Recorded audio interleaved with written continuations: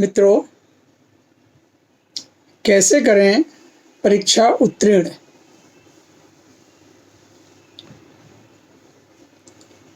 इस विषय पर और गहनता से विचार किया जाए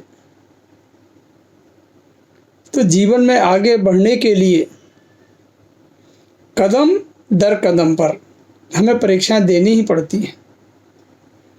कुछ परीक्षाओं के बारे में हमें जानकारी होती है, लेकिन कुछ परीक्षाएं अनजाने में ही हमें देनी पड़ती हैं।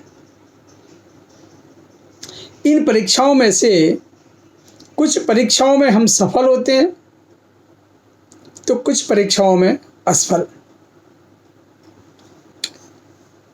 फिर भी हमारे लिए वो परीक्षाएं ज़्यादा महत्वपूर्ण होती हैं जो हमें देनी पड़ती हैं, जैसे लिखित परीक्षा हो, व्यावहारिक परीक्षा हो, या कोई इंटरव्यू हो, या कोई प्रैक्टिकल एग्ज़ाम हो।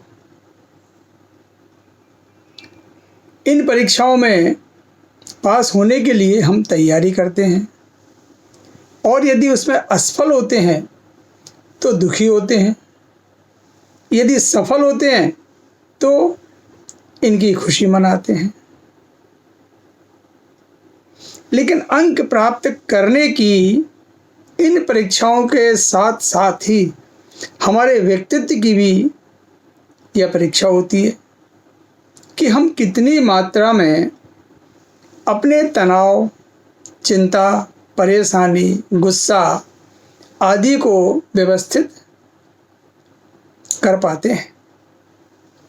यदि इन्हें आसानी से व्यवस्थित कर पाते हैं तो हम अपनी पढ़ाई को भी व्यवस्थित कर पाते हैं, और यदि इन्हें व्यवस्थित नहीं कर पाते तो अपनी पढ़ाई में ठीक से सफल नहीं हो पाते। तो अपनी पढ़ाई में ठीक से सफल होने के लिए इसके साथ ही हमें कितनी ईमानदारी के साथ हम पढ़ाई करेंगे और उसके आधार पर परीक्षा देते हैं, ये भी महत्वपूर्ण है और ये हमारी परीक्षा का ही एक अंग है।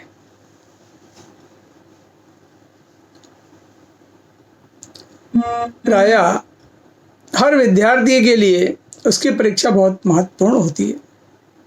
वह उस परीक्षा को पास करके आगे बढ़ना चाहता है,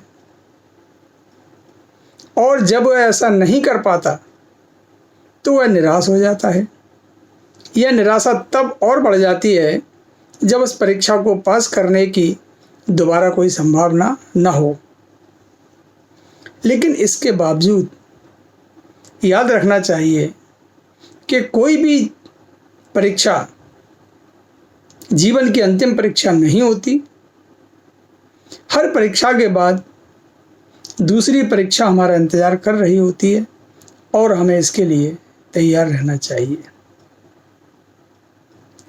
अक्सर लोग जिंदगी में बड़ी बड़ी ख्वाहिशें पाल लेते हैं और आगे बढ़ने के लिए मंजिल तय करने का निश्चय कर लेते हैं, लेकिन उस समय वे न तो ऐसा करने के लिए अपनी क्षमता का आकलन करते हैं और न ही ख्वाहिश व मंजिल के अनुरूप उन पर आगे बढ़ पाते हैं।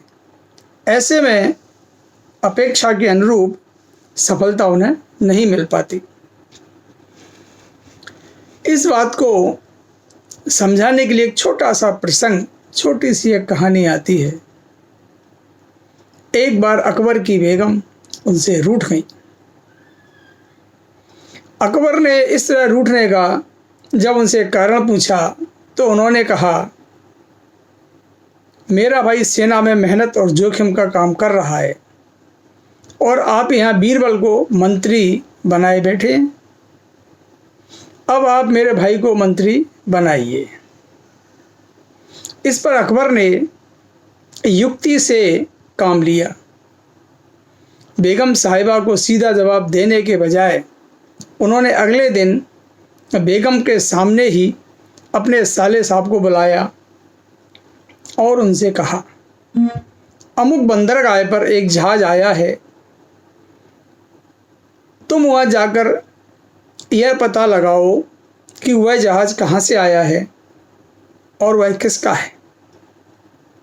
इसके बाद अकबर ने यही कार्य बीरबल को भी दिया। कुछ दिनों के बाद दोनों के बंदरगाह से वापस लौटने की सूचना मिली। अकबर ने बेगम के सामने ही दोनों को अपने पास बुलवाया, बीरबल को भी और अपने साले को भी। सबसे पहले उन्होंने अपने साले से जहाज के बारे में जानकारी देने को कहा।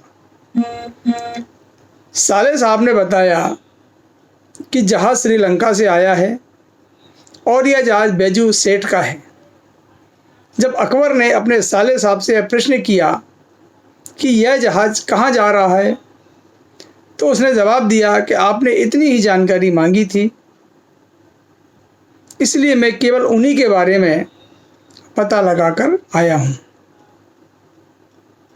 जब अकबर ने बीरबल से बंदरगाह के जहाज के बारे में जानकारी देने को कहा, तो बीरबल ने कहा, यह जहाज श्रीलंका से आया है और बैजू सेठ का है। उसमें कीमती रत्न व आभूषण लदे हैं। जहाज माया नगरी जाएगा। सेठ 1000 स्वर्ण मुद्राओं का राजस्व अदा कर चुका है। बीरबल का जवाब खत्म होने पर अकबर ने बेगम की ओर देखा तो उनकी नज़रें झुकी हुई थी और उन्हें अपनी भूल का एहसास हो गया था। तो यहाँ पर परीक्षा कोई अंक प्राप्त करने की नहीं थी, बल्कि यह बीरबल और अकबर के साले साहब की एक व्यवहारिक परीक्षा थी, जिसमें बीरबल उत्तीर्ण हुए। सवाल का जवाब तो दोनों ने दिया। दोनों ने प्रश्न का उत्तर खोजने के लिए बंदरगाह तक जाने के लिए बराबर दूरी तय की। दोनों का जवाब भी सही था, लेकिन प्रश्न से संबंधित उपयोगी जानकारी बीरबल की थी, इसलिए उनका पद भी ऊंचा व महत्वपूर्ण था। देखा जाए तो परीक्षा के सवाल या जीवन की समस्याएं मकड़ी के जाल व उलझे हुए धागे की तरह होती है। वास्तव में वे उतनी जटिल नहीं होती जितनी हम अपनी अनुभवहीनता या हड़बड़ी में उन्हें बना बैठते हैं। अतः इन्हें सुलझाने के लिए सिरे को तलाश करना बहुत ज़रूरी है।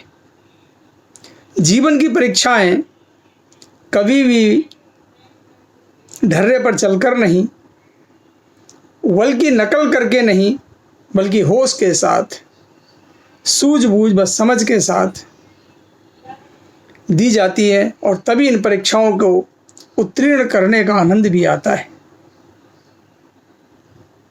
अखंड ज्योति, मार्च 2021।